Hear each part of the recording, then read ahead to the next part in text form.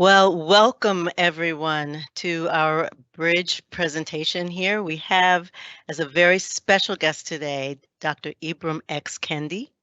And I want to jump right into who he is and start asking him some very important questions because there is so much that I know I personally want to cover, but I know there'll be some questions at the end for him as well. So let me just tell you who he is. Dr. Kendi is a #1 New York Times best-selling and National Book Award-winning author.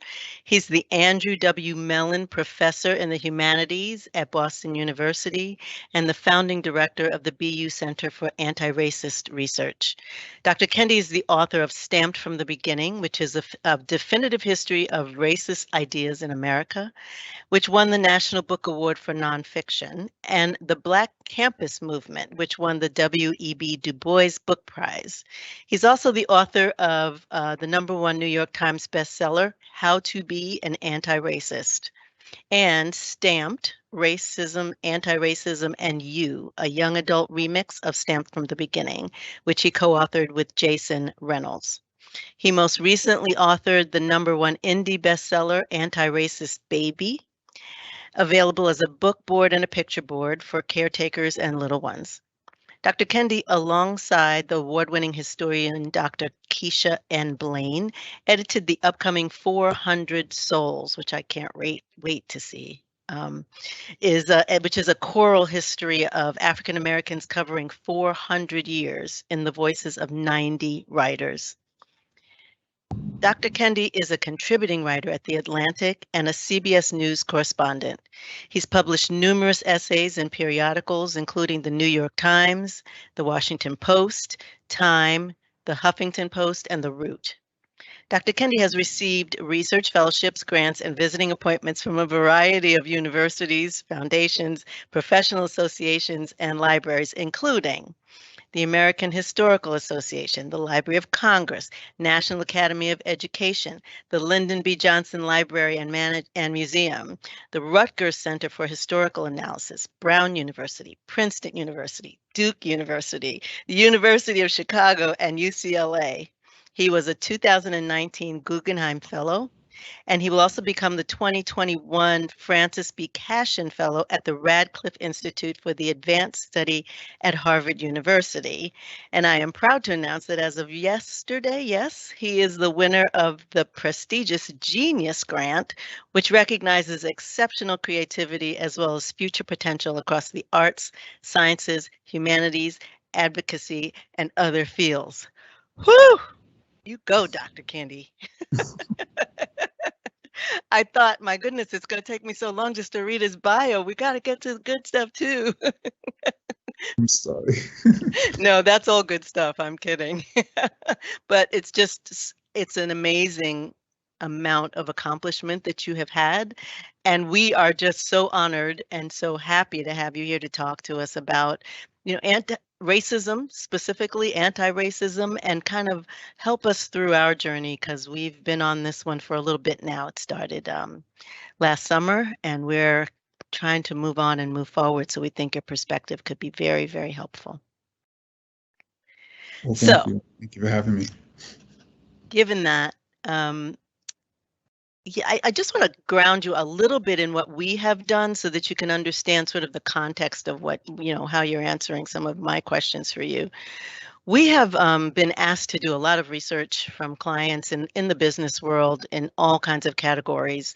And from that, we had developed some framework around racism and how that works. We had to define it for ourselves. And then we had to develop a way to kind of look at ways to do better within Ipsos as we did that. So that's the journey we've been on. This is how we have defined racism. Basically, that it's founded in a lie, right? That people with dark Black skin are at best inferior to white people and at worst subhuman. That's how we defined it.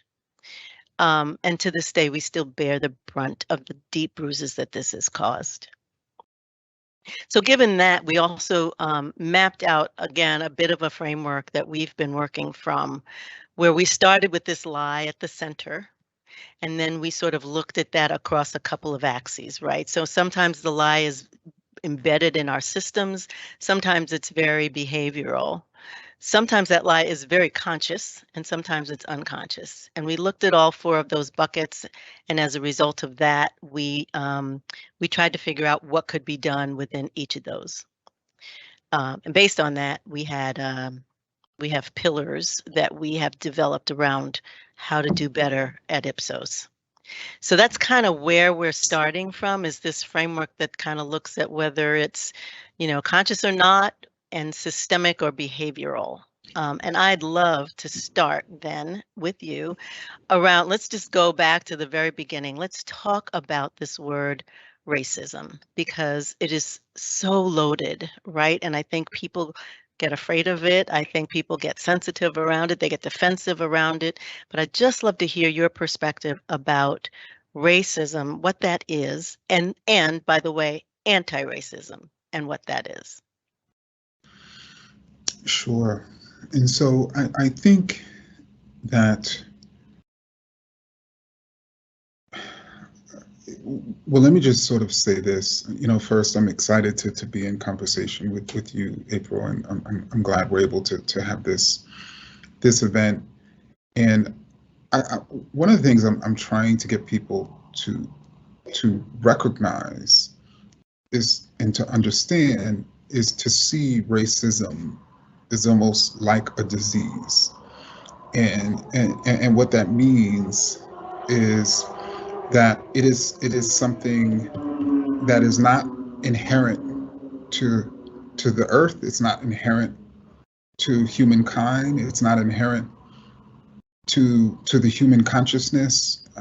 It's structural, but that doesn't mean it can't be deconstructed. People hold racist ideas, but that doesn't mean they were born with those ideas. There was a time before the onset of the modern world that people did not conceive of and divide people by races. This is a new phenomenon. It's actually, a cancer that we've caught sort of fairly early. But then there are also skilled individuals who have the capacity to diagnose and treat. And then we should also understand that, just like with any sort of disease, the treatment is likely not going to be comfortable, right? And so I think you have people who imagine that we can heal diseases, something like a metastatic racism, in a comfortable fashion. But going back to sort of the core, I think it's to really understand racism is to understand the relationship between policies, ideas, and the outcome and the normalization. In other words, racism is a powerful collection of policies that lead to racial inequities and are substantiated by ideas of racial hierarchy. And anti-racism is the very opposite, creating a structure, a powerful collection of policies that can lead to equity and are substantiated by ideas of racial equality. Yeah. So I mean, I will tell you that even here at Ipsos, and we tend to be a fairly liberal organization just because, we're pollers, right? So we try to get as much truth from what people are feeling as possible. But I will say there's still people that kind of question, is racism really still alive? Is that still something that we're dealing with? And I think the George Floyd thing, his murder certainly raised a whole lot of issues and brought that to the surface. But I just love your perspective on, is it still here, and are we still dealing with it, or has this just been overblown? Any serious conversation about the existence of racism or lack thereof has to begin with racial disparities and inequities. So, in other words, do we live in a society where Black, brown, and indigenous people are disproportionately poor? Do we live in a society where certain racial groups are more likely to be incarcerated, are more likely to have wealth, are more likely to be in highly selective colleges and universities, are less likely to be killed by police, are more likely to die while giving birth, are more likely to die as an infant? Do we live in that type of society of racial inequities and disparities? And my answer to that is yes. So then the question becomes, why do those racial disparities exist? Why is it that Black pregnant women are 3 times more likely to die in pregnancy or pregnancy-related causes, than white women? And why does that disparity grow as the income of those women grow? And there's only 2 causes of disparities. There's only 2 causes that explain, for instance, why white people have 10 times the median wealth in this country as Black people. Either it's because there's something wrong with Black people, with those Black women, with Black poor people, with Black people who are incarcerated, or there's something wrong with our society, or there's something wrong with our policies and practices, or there's something such as racism. And I think when we break it down in that fashion, you have racial inequity. There's a racist explanation, which is the group who has less because they are less. And then there's the anti-racist explanation, which is we're equals. So if a group has less, it's because of racism, which we need to eliminate. That it allows people to understand how and why racism not only exists, but the reason why people can't see its existence is because they view certain racial groups as equal, as inferior, which then normalizes the racial inequality that they see.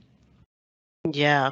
So when I actually listened to your How to Be an Anti-Racist book, which I like that because it's your voice and there's something in that really helped me hear you differently. But the beauty of that book was that you kind of put it in your own racist views, if you will, right? As you were growing up, it sounded like you had some things that you grew to realize were wrong, were not the right assumptions, right? Do we all have a little bit of racist assumptions going on within us? I can't necessarily say definitively that we all have them, but what I can say is that at least to grow up in the United States is to grow up in a society where you're constantly being told directly and indirectly that certain racial groups are better or worse, that certain racial groups are problematic in a certain way. And you're constantly being told that people are to blame for their own poverty, for their own mass incarceration, for being killed by the police, for being killed at higher rates from COVID-19. You're constantly being told and taught racist ideas. And so for me, I grew up in the 1990s. When I say grew up, I came of age, I should say, in the 1990s. And if there was ever a decade where Black teenagers, and I was a teenager in the 1990s, were told they were the problem, it was the 1990s. That was the decade in which, Black boys were called super predators. That's the decade where Black girls were constantly being vilified for having, quote, too many babies because apparently they wanted to get more welfare. That was the decade where this no excuses school movement sort of emerged because apparently a 9-year-old child can't, quote, make excuses, in school. That's when Black youth were constantly being sort of vilified. And so as a Black youngster, it was hard for me to not internalize some of those ideas that I was the problem, that Black youth were the problem, not racism. And so by the time I graduated high school, I believed that. I believed Black youth were the problem. And it really, I've spent the last 2 decades trying to unlearn those racist ideas. Yeah. And we see constantly that any group put in the same situation kind of ends up with the same issues, right? It's kind of a human condition, not necessarily Black, brown, or whatever. So I appreciate that. And I think there's something really interesting and poignant about your being able to recognize that in yourself, because I think sometimes we say the word racist and people get so affronted by it, right? It's like, I'm not a racist. That's the first thing that comes out before you've really even had a chance to internalize that and think about it for a minute. And I think what you did for me, at least in your book, was kind of give yourself a chance to just recognize some of your racist beliefs that you may very well have. And so I appreciate that. So given that as racism, let's talk about anti-racism, because we talk a lot here at Ipsos about allyship. What does it mean to be an ally? And if you remember in the framework I showed you, there's this whole bucket that's around, you know, non-conscious or unconscious behaviors that people have. And in some ways, I feel like it's a bit of an excuse, right? I didn't mean it. That was not my intention. So therefore, it's not racist. But I'd love to hear your thoughts about, sort of the range of anti-racism to ally to, non-conscious stuff that just, kind of happens. I feel like there are three different things along a spectrum. So I think to be anti-racist is first and foremost to express and really recognize that the racial groups are equals. And that doesn't mean that everyone looks the same. That doesn't mean that everyone practices the same culture. What that means is, even though two groups or two peoples may look differently, one, it doesn't look, quote, better or worse or more beautiful or ugly than the other. Just because two groups practice different cultures doesn't mean one culture is better, or worse than another. And also to recognize that despite people looking differently, we're all pretty much the same below our skins. Despite people practicing different cultures, every culture loves, but loves differently.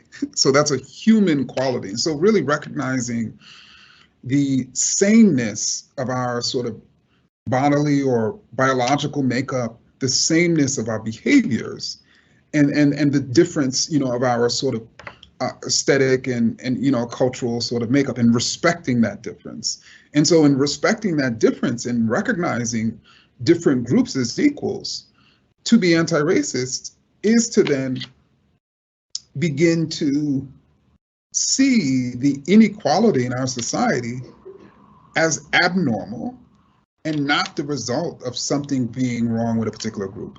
But I'm mentioning that process because that initial process of really truly recognizing the racial groups as equals is a long process. It took me like a long time, and it's still something that I'm struggling with. And a lot of that has to do with, to give people benefit of the doubt. Indeed, there are things that people are not conscious of. They're not conscious that, when they're clutching their purse because, a Black male is walking towards them on the street, that they are engaging in a racist act. But part of their lack of consciousness is because they haven't necessarily studied or come to understand what it means to be racist. If anything, they have been taught that act is an act of safety, Yeah, not a racist act, right? And so I think there's so many different levels of consciousness, yeah. that I think every individual needs to undergo. Yeah, it's interesting you say that, because I was talking to someone who was working on bias in AI and machine learning. And it was interesting to me because it was when we saw where the biases happened, it wasn't necessarily because anybody went in and said, I don't want Black people to be able to partake in this particular platform. The problem was that they didn't have any Black people at the table when they were creating some of these things. And therefore, they, didn't even know to ask the questions. They didn't know it would impact us in the way that it did. So it's this, it's kind of a circle, right? It's that systemic part, no diversity in the right levels, that now has played out in the product that you've produced. And now you've got bias that spits out of that consciously or unconsciously. So I think it was an interesting, description of what you just said. It's like we don't even know it anymore. It's so embedded in some of the things we do. Yes, and if I could say very quickly, I mean, obviously, we don't know what we don't know, Hmm. oftentimes, and many of us, we weren't necessarily raised to have humility to say I don't know. Like that's not something that is necessarily taught by our parents, that's taught in our schools, that it's actually a smart thing. It's an intelligent thing. It is a wise thing to recognize when we don't know. And the reason why, I mean, I'm not just sort of spewing that, the reason why it's wise to recognize when we don't know is because when you recognize it, then you can what? Go through the process of learning, right? Yeah. But if you perceive that you know it all or know that thing when you really don't, and obviously the execution isn't going to be from a place of knowledge. But I think also we are not systematically taught about racism. We started last summer in a major concerted effort from schools and teachers, and obviously, this summer and spring, there was a massive sort of effort to prevent or to stop us, from teaching children in a multiracial society that the cause of racial inequality is not what's wrong with a racial group, or teaching children in a multiracial society different sort of literatures and different traditions. To me, that should be a no-brainer. But it's obviously an uphill battle. What makes it such an uphill battle? Why is that so hard, do you think? So I think it's a combination of you have powerful people who are constantly looking for ways to energize and enrage their supporters, because that's really all they provide for their supporters is rage. They don't actually help them. They don't actually help them, advance in their life, provide more resources and opportunities for them. Their job really is to provide their constituents or the people who follow them, with rage. And then secondly, um, when one is not taught about a particular topic and you don't know what you don't know, it's hard for you to accept that and then say, well, my child, you should learn this. Yeah. uh, and it's actually a problem that I don't know. And I don't want you to, for some parents, that's a no-brainer. I want my child to be better than me. I want my child to be more knowledgeable than me. I want my child to be able to interact with people of different racial and ethnic sort of and cultural groups in a diverse society, especially when they are young and it's even more diverse than some of the older generations. But you have other parents and teachers and caretakers who are like, no, I want my child to be just like me. Hmm. Is that why you wrote Anti-Racist Baby? Yes. That was one of my later questions, but I figured I'd throw it in now. Yeah, I think it's important, right? Although I will tell you, the research we've done even supports this, that Gen Zers coming up are the most diverse group that we've ever seen. They Mhm. have, grown up with social media, so they've learned different ways of impacting policy and so forth. So I have hope. I have hope in them, if nothing else, that they will be able to see the world a little differently. And I think they'll be able to do some of the things you were just describing in terms of asking the right questions. Yeah. So given that, I want to talk a little bit about this idea of the zero-sum game, because I think a lot of what happens is, even with people with the right intentions, there is this thought that somehow if I help someone else do more, that I have to lose as a result of that. And I've heard you speak on this, but I'd really like for you to share with us, you know, how to make the pie bigger instead of there being this, set pie that we're all just keep trying to eat out of, if that makes sense. Sure. So I think one area within those of us who have been writing and speaking about race and racism and racial justice, that we haven't provided the level of specificity that we should have, is that we should be connoting, and I should say, discussing the evidence that points to the fact that historically racist policies have disproportionately harmed people of color, but they've also harmed, let's say, white people.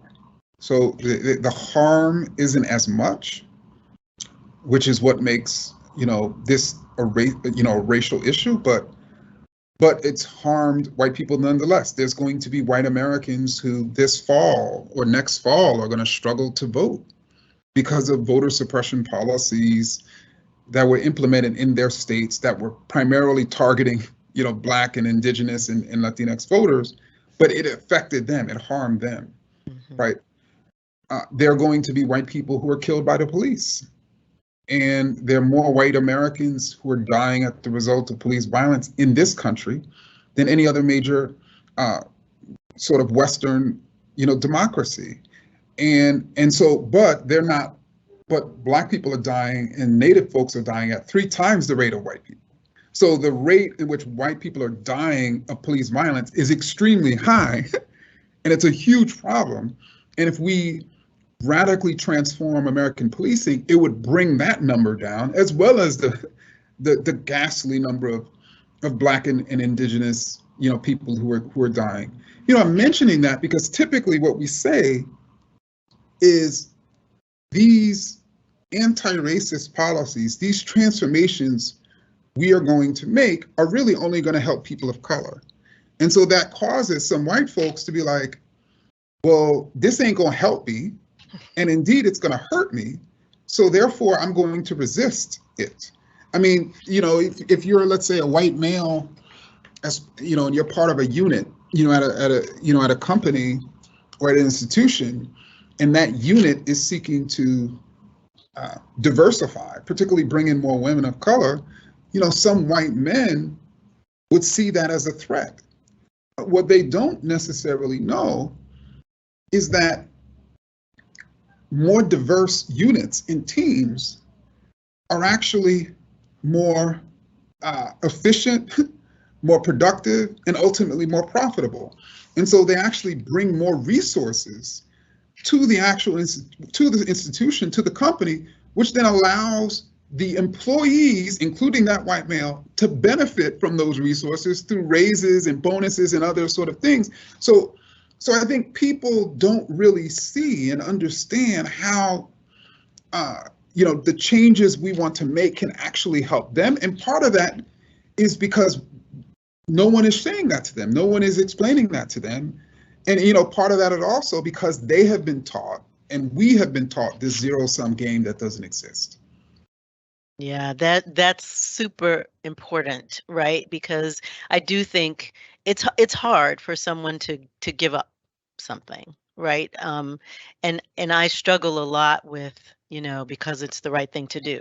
Because honestly, I mean, I'm a very positive person, but if that's the only reason, I just don't have a lot of hope in where we're going here. So I think that's really important. And I'd like to ask, are there resources that we can look at or read? I've heard you do a couple of interviews where you've talked about this, but I'd love to, have our team have access to resources around things that explain that in more detail, or give examples of when that happens. So I would, especially if we're talking about white Americans sort of learning about how racism or racist systems or even racist ideology have harmed white people, I would recommend 3 books, off the top. One book that's currently on the long list for the National Book Award, The Sum of Us by Heather McGhee. Secondly, a book called Dying of Whiteness by Jonathan Metzl, who's a scholar at, I believe, Vanderbilt. And just to give a quick example, one of the things that Jonathan documented in his book was how he sort of compared the effects of the removal of gun safety policies in different states, and tracked and recognized that in many cases the campaigns to remove these gun safety programs were directed towards white men to support them, to say that now you'll have the ability to easily buy guns, which will allow you to protect your family from those so-called Muslim terrorists, from those so-called Latinx invaders, from those so-called Black criminals. And what's actually happened is in those specific states, there's been a massive upsurge in the number of white men who are committing suicide by handgun. That is not happening in states that retain the gun safety sort of laws. Mm-hmm. So even though they were marketed to these white men as these will actually make you and your family safe, it has actually created all sorts of danger. And the level of white male suicide by handgun currently is at a level of Black male homicide. It's like an unspoken sort of crisis in our society that is stemming from whiteness. And that's just one, of many chapters, in Jonathan's book. And then another book called Masterless Men, which sort of is a history of poor whites during the era of slavery in the South. And so we talk a lot about slaveholders. We talk a lot about obviously enslaved people, but there was another major group of people in the slaveholding South, and that was poor non-slaveholding whites who were largely, their poverty was the direct result, of the riches and the wealth of, slaveholders. Yeah.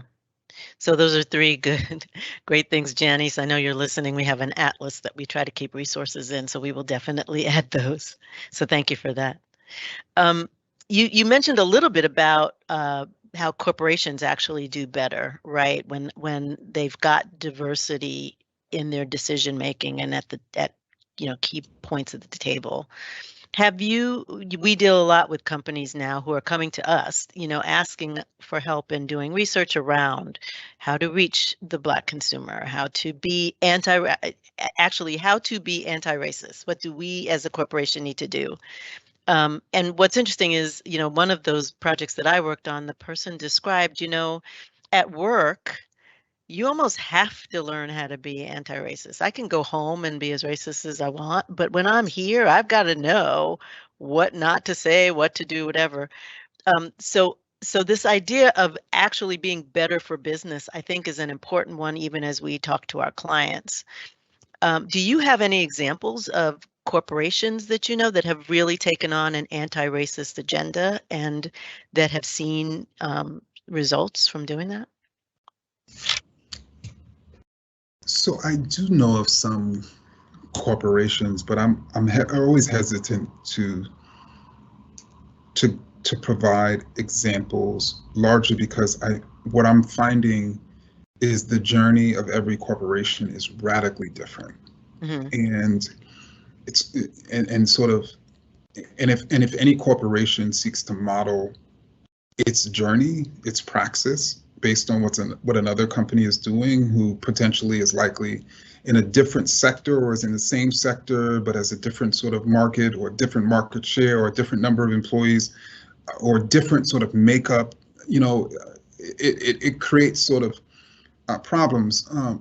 And I'm emphasizing that because I just think it's very, very important for every company to really think about its own makeup, its own culture, and to really think through, okay, what are the policies and practices and that need to change, that need to be made anti-racist, and then how can we as a company have a just and equitable impact on the community that we're trying to serve, and even the community that exists within our corporation. Like, that's what I think each corporation needs to be thinking about.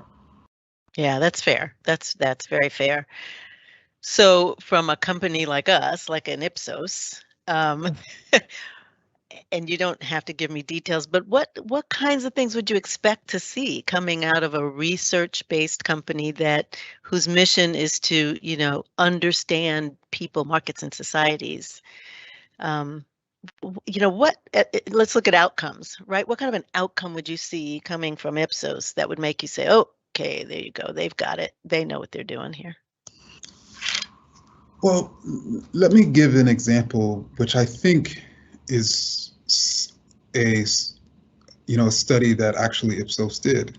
If I remember correctly, I believe it was earlier this year that Ipsos was involved in a survey that essentially sought to assess not only people's support or lack thereof for critical race theory, but in the actual survey, there was an assessment of their knowledge of critical race theory itself.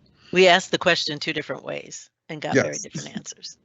And I'm mentioning that because I remember learning about, I think it was done with Reuters. I remember talking about that specific study, as soon as it was released, and it was released at a critical moment. And so to be able to engage in research to really share facts that can affect sort of public opinion, that can affect how people are debating or considering or, a topic is absolutely sort of critical. And so to really be thinking about, that ahead of time, and to be thinking about that in real time, and to be doing more of those types of, of studies. And if anything, it's hard to really say what sort of led to a sort of a shift in the summer. It probably was the sort of the current debate over mask and vaccines, but there was a shift at a particular point in time, and it was not long after that study came out that it became harder for people to make the case that CRT was the problem at the same time they were refusing to define it or refusing to define it accurately. And so to make those types of, that's where research, can be so powerful. Yeah, absolutely. And so in our ERG that we have here, we've got a pillar that's all about impact. And one of the things we're trying to do is to try to get that information out just in a better way, so that it is facts that we're dealing with, and not so much, words that set people off or don't encourage you to dig a little deeper. Exactly. Okay, I'm going to ask you, this is a little silly question, but it's relevant. Okay, so on Big Brother this year, I don't know if you watch Big Brother. I don't watch it, but I've watched it in the past. Yes. Okay, I don't watch it either, but we had it on in the background, and I heard some of the stuff going on. Anyway, I did get a question that someone said, okay, so there's never been a Black winner of Big Brother. Now there's 50% of them that are on there. They started the season with an alliance amongst the Black contestants who said, doggone it, there's going to be a Black winner of Big Brother this year. Mm-hmm. And sure enough, they went through it, and they went through all of the different things you have to do on Big Brother. And so now it's the end of the season, and sure enough, there's 3 Black people. So there will be a Black winner of that. There are people who have complained to me saying that that's reverse racism. How could they have gone in with that kind of an alliance, right? That was based not on merit, not on other people, but based on just the fact that they wanted a Black person to win. Now, I mention that not because, it's Big Brother and it's important, but I do think there's something around this idea of reverse racism, and can that work? And is it fair when Black people do that? I'd love to hear your perspective on that. Sure. I mean, that's a great example, because, let's say if the history of Big Brother is that there had been several Black winners, several white winners, like there wasn't a situation in which there had never been a Black winner. And then the Black contestants formed this alliance and then made the case. So basically there was equity. So it started from a place of equality. It started from a place of equity. And then the Black contestants decided that they were going to get together and ensure that, you know, a Black person won. That's a very different scenario than starting from a place of inequity, starting from a place of exclusion, starting from a scenario where there had never been a Black winner. And then the Black folks get together and try to break that ceiling, try to break down that wall, try to break down that white only sign. That's a completely different scenario.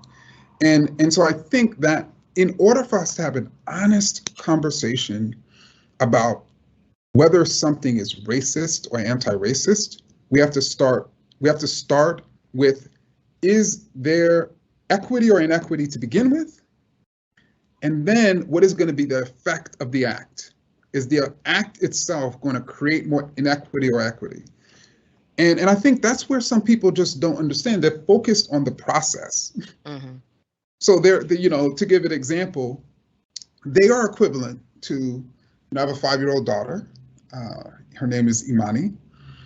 And, you know, Imani is, you know, she can speak up for what she wants and make a case for what she wants. And so I can imagine her playing with another sort of child her age. And, you know, we go in and we give them each 2 cookies, and then we leave. And then we come back and I look over, and the other girl, the other girl, or I should say Imani, you know, has 4 cookies. And then I could see me taking 2 of those cookies and giving it to the girl who has none, and Imani saying, "Why are you taking my cookies?" Mm-hmm.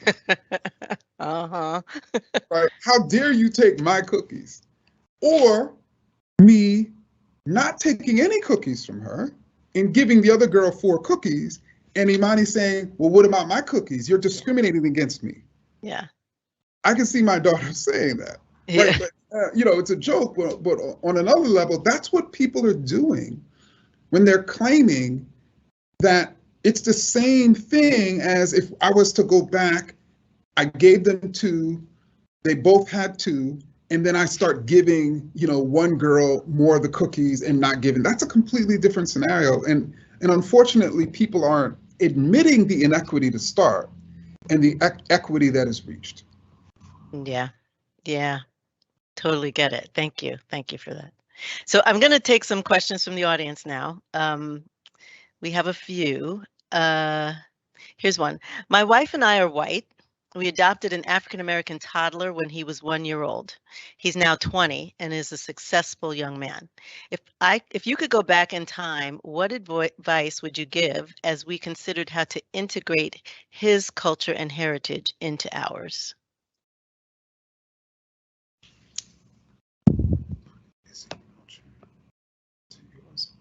I would say there's 2 things to consider. I would say first, when it comes to sort of learning culture for anyone, whether it's you or your 1-year-old Black boy, or it's immersion. So really, you know, taking that child to, you know, African-American cultural places and spaces and institutions so they can really be immersed, you know, in the culture. As opposed to, you know, watching on TV or doing sort of drive-by. So to really integrate them, you know, into the culture, into those spaces. And then secondly, it's, though you may see your child, your Black child, as the same despite having a different skin color, though you may treat that child in the same way you would another child that was white, society isn't treating them the same way. Mm. And so as a parent of a Black child, whether you're a white parent or a Black parent or any sort of race, you have to prepare that child for racism. And so you know, that's one of the things I'm trying to prepare my child for, is for her to realize that there's nothing wrong with you because of the color of your skin. And anytime someone says something like that, they are the problem, not you. And the reason why people have less is not because they are less. We have to actively teach our children that. And, you know, that's what I'm encouraging all parents of, of children of color and Black children certainly to teach their children, but even parents of a white child to teach that white child that there's nothing special about you because of the color of your skin. There's something special about you when you're kind, when you're nice, but nothing because of the color of your skin. And people like you who look like you don't have more because they are more. That also has to be actively taught. Yeah. Yeah. Here's another question. Can you, in your own words, describe the innate defensiveness whites have that the fear of being called racist trumps the desire to tackle racism? I think the questioner said it the best. And unfortunately, there are, I think for those who are white, who are on the call, there are obviously many different things that particularly people of color really get frustrated with white folks about. This is probably at the top of the list. Coming across white folks who clearly and obviously are more angry about being called racist than the existence of racism itself. And so all they want is to go through life and never be described or identified as racist. And whether racism persists and continues to harm people is irrelevant for them. And that's something that really, really bothers and frustrates people. And I think it's important for people to realize and really to even admit the times in which we're being racist. And one of the things I try to show in my work in How to Be an Anti-Racist is to be anti-racist is to admit the times that we are racist. Mm-hmm. To be racist is to constantly and consistently deny it. Mm-hmm. Agree. So the next question says, I'm thinking about what April said regarding being hopeful about Gen Z. What's your opinion on older generations being lost causes and set in their ways in terms of understanding racism and being supportive of the policy changes needed to be more anti-racist at all levels? So I wouldn't necessarily say older generations are lost sort of causes. It is certainly harder. Like if you have thought one way, if you have functioned one way, if you've been one way for 70 years, it's extremely hard to begin to make changes or to even begin to see the world differently. It's much easier for somebody who's 15 years old, who's 22 years old, to make that shift. And so I just want, I think it's important for older people to realize it is hard to unlearn.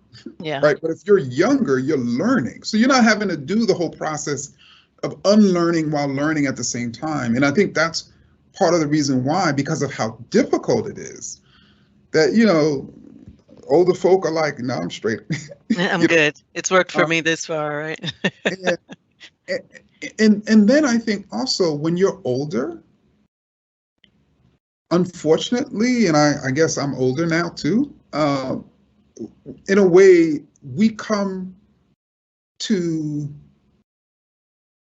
how can I put this? The way society is, we get used to it. So we get used to the injustice. And if you're younger, it is just, it's not something you had to deal with for 30 years. If anything, you can't imagine having to deal with this for 30. You want this to end now. And so that then leads to a certain level of urgency that, older folk who are just used to being in this horrible relationship with this, with a nation or with a system or structure, would sort of used to. And if you're younger, you just got in that relationship, you're like, I'm out. I don't want to deal with this. Yeah. And so I'm trying to say that because I do think older folks, we should give ourselves some level of grace in that it's harder to be a part of these movements. But I also think it's important for older people to know that there are elderly people who are in this fight. I've had people who'd come up to me after talks, after reading one of my books or listening to I remember actually an older lady in particular, I believe I was giving a talk in Chicago, and she came up to me and said that, I realized, for the first time that, I've basically been racist most of my life, but I don't want to die that way. And I'm not going to die that way. Wow, very powerful. So what are some actionable ways to counter these increasing anti-critical race theory protests and to show support for education about racism and anti-racism in schools?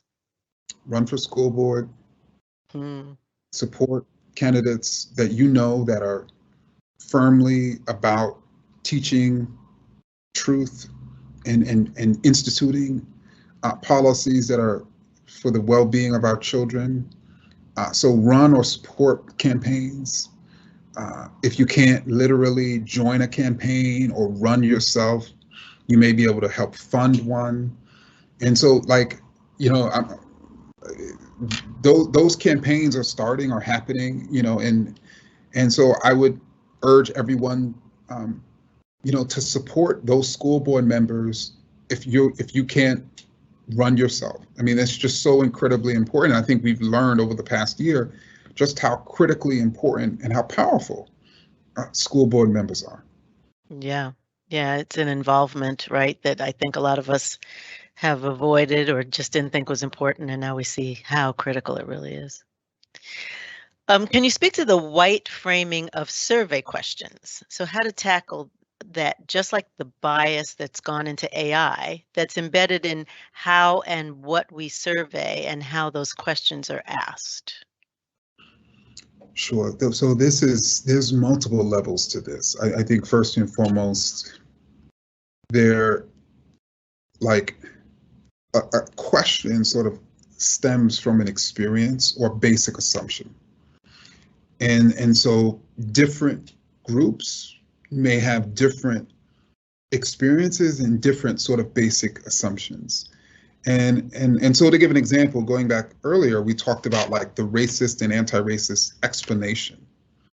That if your basic assumption is that a racial group is inferior, then you're not going to ask in a survey what policy could be leading to this inequity.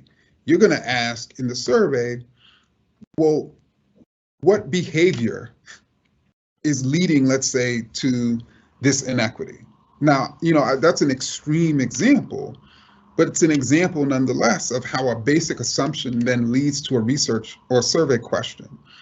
And then there's culture, and lived experience, and people, the words that we use, the examples that are utilized are typically reflective of a particular culture. And so when you are asking a survey question, you have to strip it of any cultural references, and you have to ensure that it can be legible to people of different cultures at the same level, which of course can be very difficult.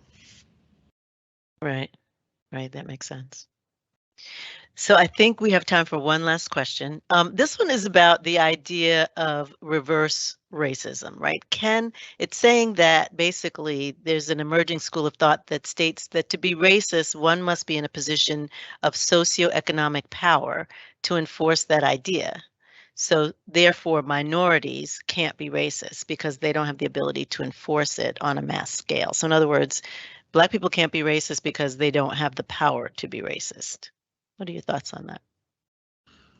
So I think there's also there's this emerging term that's called institutional power. So people are thinking about sort of power at an institution-wide basis. And then people are making the case that for instance, Black people do not predominate the US House of Representatives, or let's say the US Senate or the Supreme Court, then therefore all individual Black people thereby don't have power.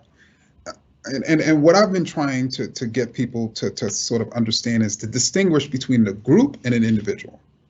And so when we're thinking about racism, we're thinking about something that's institutional and structural, and it involves groups. So if you have a collection of policies that are justified by a collection of ideas, there's a whole bunch of people.